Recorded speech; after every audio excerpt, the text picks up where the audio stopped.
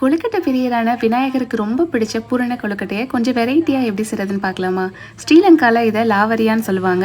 Taste ஒரே மாதிரி தான் இருக்கும், செய்கிற மெத்தட் தான் கொஞ்சம் வேரியாகும். சொல்லப்போனால் இது ஈஸி மெத்தடும் கூட. அதுக்கு 2 கப் அரிசி மாவுக்கு 3 கப் தண்ணி சேர்த்துக்கோங்க, கரெக்டாக இருக்கும். அது கூட 1 ஸ்பூன் உப்பு சேர்த்து கட்டி இல்லாமல் கிளறி விட்டுட்டு இப்போ ஒரு பாத்திரத்தில் மாற்றி அது கூட 1 ஸ்பூன் கார்டியா நல்லெண்ணெய் சேர்த்துக்கோங்க. கார்டியா நல்லெண்ணெய் ஃபஸ்ட் குவாலிட்டி எல்லேருந்து எக்ஸ்ட்ராக்ட் பண்ணுற எண்ணெய்ங்கிறதுனால சுவையும் மனமும் ரொம்ப நல்லா இருந்தது. அதுவும் இந்த மாதிரி இனிப்பான கொழுக்கட்டையோடு சேர்க்கும் போது ரொம்பவே நல்லா இருந்தது. இப்போ ஒரு பேனில் கார்டியா நல்லெண்ணெய் சேர்த்து அது கூட ஒரு துருவின தேங்காவையும் சேர்த்து நல்லா லோ ஃப்ளேம்லேயே ரோஸ்ட் பண்ணி வச்சுக்கோங்க. இப்போது நல்லா காய்ச்சி ஆற வச்ச வெள்ளைப்பாகு அது கூட சேர்த்து நல்லா ஒரு சேரு கிளறி விட்டுட்டு உப்பு ஏலக்காய் தூள் சேர்த்து நல்லா கிளறினீங்கன்னா உள்ள பூரணம் ரெடி. இப்போ ஒரு நல்ல சுத்தமான வாழை இலையில் நல்லெண்ணெயை தடவி அது கூட இடியாப்பம் மாதிரி புழிஞ்சு நடுவில் இந்த மாதிரி ஸ்டஃபிங் வச்சு அது மெதுவாக க்ளோஸ் பண்ணி ஜென்டிலாக ப்ரெஸ் பண்ணுங்கள். அவ்வளோதான், சூப்பரான கொழுக்கட்டை ரெடி. இதை நீங்கள் ஸ்டீமர்லேயோ இல்லை இட்லி தட்டிலையோ வேக வச்சு எடுத்தீங்கன்னா சூப்பரான லாவரியா ரெடி.